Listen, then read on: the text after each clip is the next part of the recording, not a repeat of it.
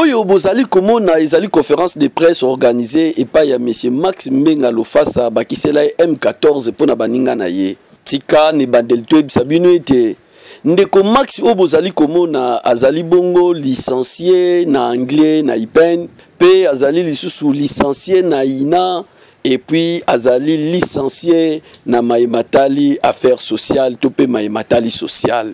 Ndeko Max azali ancien journaliste ya CBS pe azali bongo promoteur to mutu abanda masolo ya journal ou babengi journal télévisé chrétienne JTC na bokuse pe lelo oyo azali kokamba pe orphelinat munene oyo wapi ya sala pona kosunga bana oyo bakufela baboti bana oyo babwaka pe bana oyo ba église kosela bango bazala na kindoki babwaka bango na balabala kasi pona ndeko Max a récupérer bango mais likamba ko kambo ezali ke bana ngo timo ya lelo baliana bango pe ndeko Max cité pour preuve yeyo azoko animer conférence mais na kati ya conférence oyo asangisaki bapandisango ezalaki pona kopesela bango maye oyo nini ministère ya affaires sociales akokaki kosala pe asala kate na kati na maloba na ye atalisaki ete Mbulamatari esengeli atala malamu likambo ya affaires sociales ya République démocratique du Congo po lelo oyo likambo kokamwa lokola ministère ya affaires sociales asala kana ye musala te to pe ayebi na ye musala oyo esengeli kosala te ndakisa lelo soki oleki na kati ya Kinshasa okokuta na kwe moko tata moko achaba fe na ye na mwana moko boye koma nango cop kanisela mwana oyo kanisela mama oyo etangu mususu pe mususu amemisi mwana mbato ya muke bafle na mutu na lisolo ete lesa orphelin sengela pe orphelin mbongo na balabala me ya kokamwa mbongo yango pe na orphelina ekomaka na yango tie pe na maloba na ye asengi na Mbulamatari soki akoki kotala mingi likambo oyo ya affaires sociales ya République démocratique du Congo pe azongisa ministère ya affaires sociales epai na ba opérateur social ba oyo ba yebi masolo yango po ba yeba kotambwisa yango malamu po lelo soki otuni batu kombo ya ministère to kombo ya ministre ya affaires sociales ya mboka na biso ata otie prix na yo ya $1000 keba mutu pe akoki komona na te nzokande ministre ya affaires sociales batu bayebi ete pe bayebi musala oyo asalaka te na kati na maloba na ye azalaki clair nalobi soki na koloba te nazosala malamu te soki na koloba te tokosunga mokonzi ya mboka te. Moi je soutiens le chef de l'État et je me dis enfant de Dieu que je suis naye kozala na opposition te mwana nzambe akenda opposition te mwana nzambe asoutenaka pouvoir ezali en place puisque nous croyons que tout pouvoir vient de Dieu. Lokola nzambe aponi Fachi notre frère de l'église akamba biso et nous avons l'obligation de l'accompagner, de le soutenir pour qu'il réussisse dans sa mission. Mais comment le soutenir? Nalingaki kaka to soutenir ye na maloba te ndenge bato ebele balobaka nazali fachiste Jean Fachi mais misala na bango ezali contraire na vision ya chef de l'État. Et je me suis également dit soki nake kosenga audience po mokonzi ya mboka ya bangai comme souvent bakal comme toujours na mboka na biso ezali mboka bakal. Je me suis dit na benga bapandisa d'ailleurs les ezali ouverture d'une série d'actions que nous comptons n'est-ce pas lancer pour que le travail social dans notre pays soit pris avec beaucoup de considération. Comme je le disais tantôt, le 15 mai de chaque année, nous célébrons la journée internationale de la famille. Le modérateur l'a dit, aucune société au monde ne peut émerger, aucune société au monde ne peut aller de l'avant si nous ne savons pas accompagner la famille. La famille c'est la socle, c'est la base, c'est le fondement, le soubassement de toute société. Donc nous avons tout intérêt à accompagner la famille, puisque chez nous, la famille n'est pas accompagnée, la famille est abandonnée. Voilà pourquoi aujourd'hui nous assistons à certains phénomènes sociaux que nous aurons le temps d'expliquer tout à l'heure. Comment expliquer la mboka lokola biso Congo? Mboka tonda bomengo, mboka tonda bosi, mboka tonda kitande na ndenge. Mais hélas, nous sommes des observateurs de la gestion de la République. Bon, même au Congo, ils ont profité à une catégorie de gens qui ont pris le pays en otage. Puisque le pays est pris en otage, puisque Bomengo à Congo, richesse à Congo, c'est l'apanage, c'est l'exclusivité d'un groupe de gens qui pensent que le Congo leur appartient. Et nous sommes là, comme des observateurs. La famille est détruite, complètement détruite. Les autres, ça la passe, les autres, ça la mawa. Il y a un moment où tout ça va phénomène de belé. Bana basi est belé na Congo. Bango baso laisse sa famille dans zela kindumba. Kindumba même bando mona bana mike. Les autres, ça la passe et nous condamnons. Mais ils n'ont pas de choix, toute vie n'ont pas de choix. Les parents sont commis irresponsables, indépendamment de leur volonté. Mouton salaka loko la salakate. Mboka chose loko pamba. Et puis je vous dis, moi je n'appartiens à aucun parti politique. Mouton moi parti dibisoté. Ceux qui me connaissent, mais que ça mouton dans le bagamingité. Mais j'en ai ras le bol. On en a assez.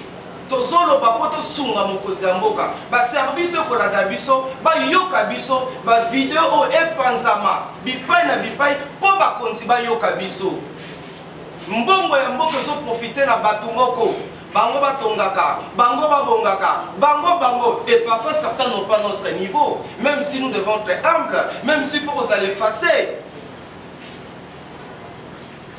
Wani lo kwa liboso. Et l'eau comme il balait, ma famille est détruite. Bana va continuer à balabala.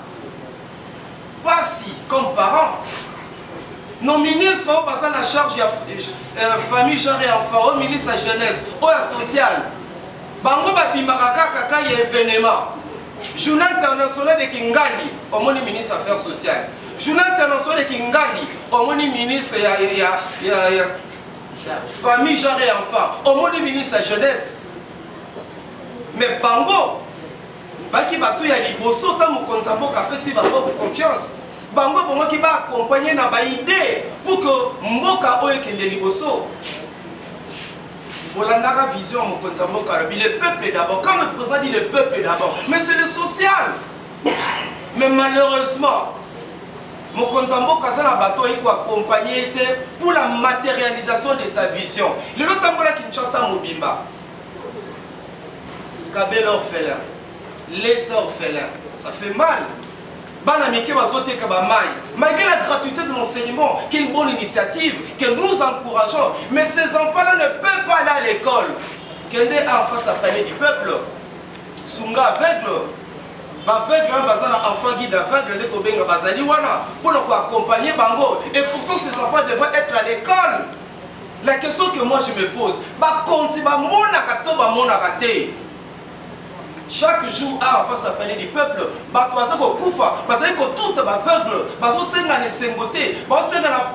aucune politique d'encadrement, d'accompagnement de nos bien-aimés qui sont en situation difficile.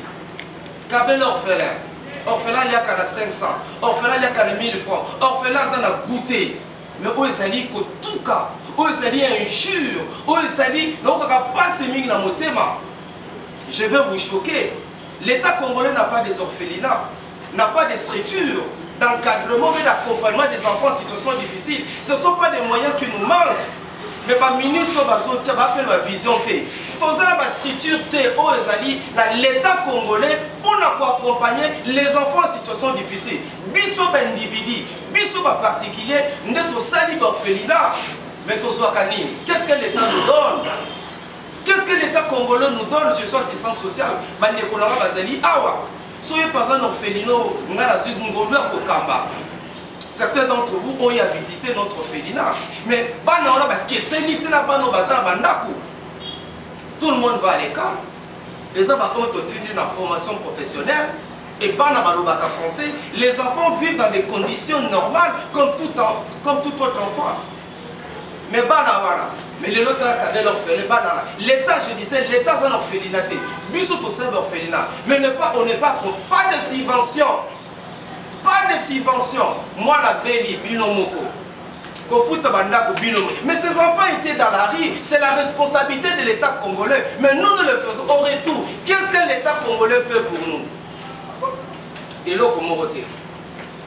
bana miki bana balabala kende to a musika te victoire kende kotala chaque vendredi tout le monde a nos bien-aimés vivant avec handicap ndenge de quoi lobaki a parce que le senga mais il y a tout un ministère eux allez qu'on s'occuper na bango basala kani nos ministres pour la plupart ça c'est la venez ba date ba bimi na ba caméra ba yekolo ba koloba ba place à ministre ça la biroté ministre pour ça homme du terrain à que nous komona qu'est-ce qui se passe à Tamboli à Mona lelo il y a un autre phénomène eux ça la peut passer Tambola Kinshasa Mobimba on expose des enfants au bassin la malformation Kinshasa Mobimba lelo mais na tunaka ba konzina biso ba mona ka to ba mona ka te Kinshasa Mobimba kabela mwana oyo kabela na 500 kabela na 1000 ils sont là et ça peut ba ministère approprié au bassin la responsabilité à makambo wana toujours l'indifférence toujours l'indifférence toujours l'indifférence il y a mon peuple comme au silica et tant que silica so a visé dans mon konzamboka social est aussi batté, social est aussi batté. Mais les gens parfois il est innocent, parfois il est makambouté. Mais les gens qui ont été responsabilisés, babengi bango peu d'excellence, mais sur terrain bazo saladi. Tio, bazal ba bataille déployer dans ba site par-ci par-là. Mais bazo travailler dans ba condition nini.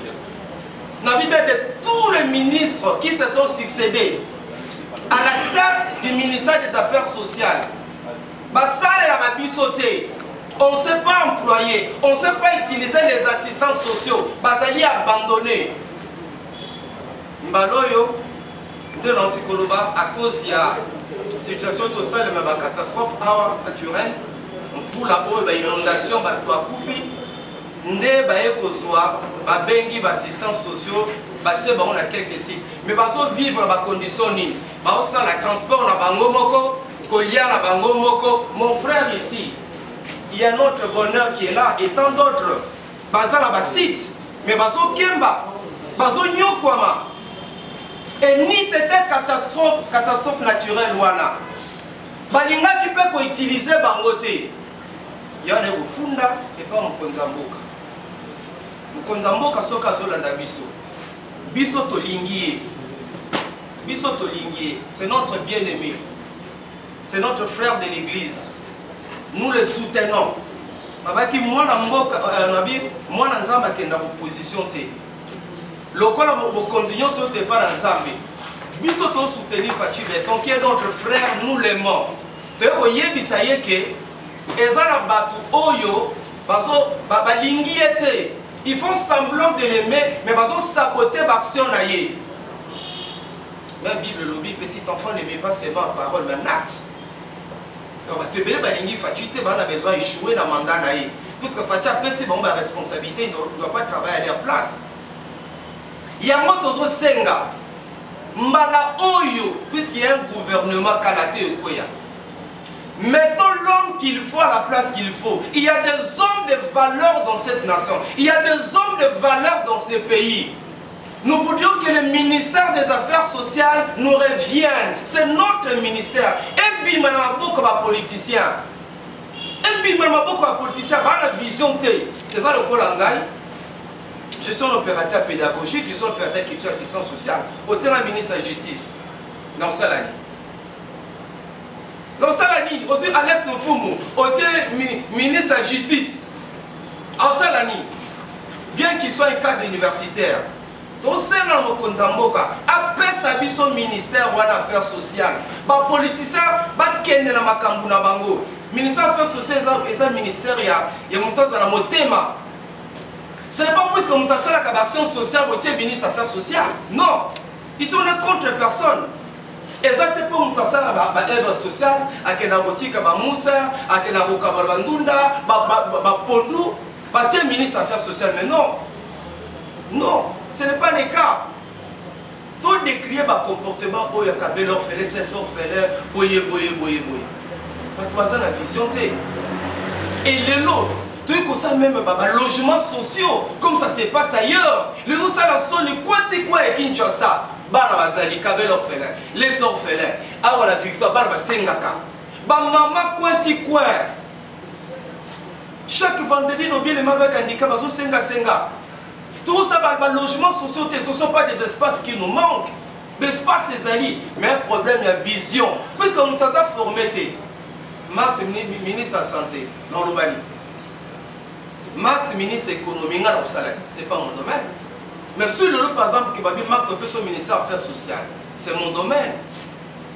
C'est mon domaine. En complicité avec les assistants sociaux que nous avons au pays, nous allons relever les défis. On va relever les défis. Si un jour le président de la République qui nous suit pour ses services, on arrive à nous confier ces ministères-là. Toti Kassamondamboko. Toti Babano, Tozoka Mutukingan, le ministre des Affaires sociales, regardez ce qu'il a fait.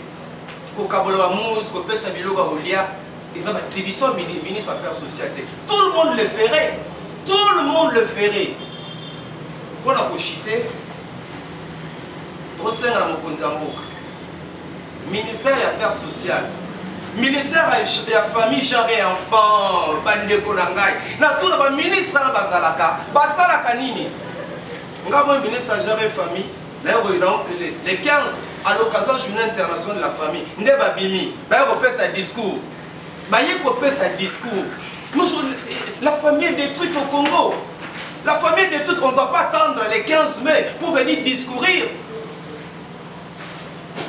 Donc, ministère genre et famille, pour lancer ça, ministère des Affaires sociales, même ministère de la jeunesse, ministère de la jeunesse, ministre de la Zala, à Salakanini. Aujourd'hui, il y a un phénomène Koulouna. À Salali. Ministère, il y a de nos bien-aimés vivant avec handicap. Eux, c'est comme un commando. Bandeko, nakanisi bolandi conférence de presse oyo na Bokebi. Tango bakambi ya mboka bazali kopesa ba ministère epai na bato. Et loko liboso botika likaba bakota po mboka moko te ekenda liboso pona likambo tali bakota. O nga nazali mutu a parti X, ngai nazali mutu a parti etel ote oyo ezali likambo ya parti na bango te.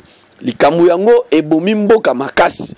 Pe eza na mboka moko te po mutu azwa musala esengeli na ye azala na parti politique songolo. Lokola na République du Congo lelo soki olingi ozala kaka ozwa musala likambo liboso baza na CV na yo te me balingi batuna yo kaka ozalaka na parti politique nini yango bomoni mboka na biso makambo ezali kotambola malabu te pona affaire sociale bato basengeli eza bato lokola ba papa Max Mbenga Lofasa oyo M14 bakisela ye papa Mokambi bango nde bato bakoki kosimba masolo ya affaire sociale na République démocratique du Congo po kota antique abetela yango masolo ya dada pe asuka wana te na côté na musala pratique ezosala maposo ko ke orphelinat partage ton pain avec celui qui a faim oyo yazali kokamba masolo ezali wo on ne sait pas accompagner la famille.